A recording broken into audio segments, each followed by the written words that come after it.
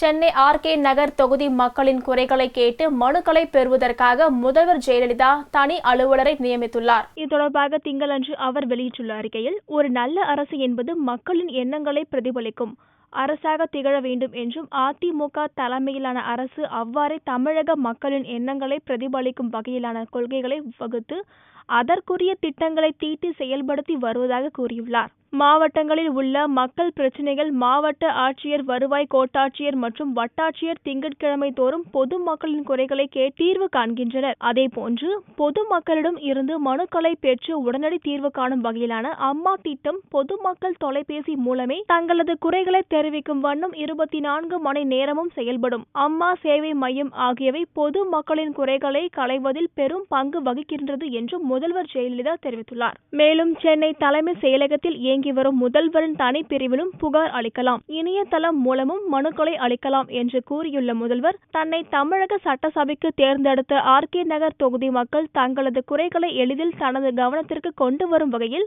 ஒரு சிறப்பு வழிமுறையை கடைபிடிக்க உத்தரவிட்டு உள்ளதாகவும் குறிப்பிட்டுள்ளார். அதன்படி முதல்வர் தனிப்பிரிவின் தனி அலுவலர் ஒவ்வொரு வாரமும் செவ்வாய்க்கிழமை அன்று ஆர்.கே. நகர் தொகுதியில் உள்ள தண்டையார்பேட்டை வட்டாட்சியர் அலுவலகத்திற்கு சென்று நாள் முழுவதும் அங்கேயே இருந்து பொதுமக்களிடம் மனுக்களை பெற்றுக் கொள்வார் என்றும், அந்த மனுக்கள் தனது கவனத்திற்கு கொண்டு வரப்பட்டு அவற்றின் மீது உரிய நடவடிக்கைகள் எடுக்கப்படும் என்றும் முதல்வர் தெரிவித்துள்ளார்.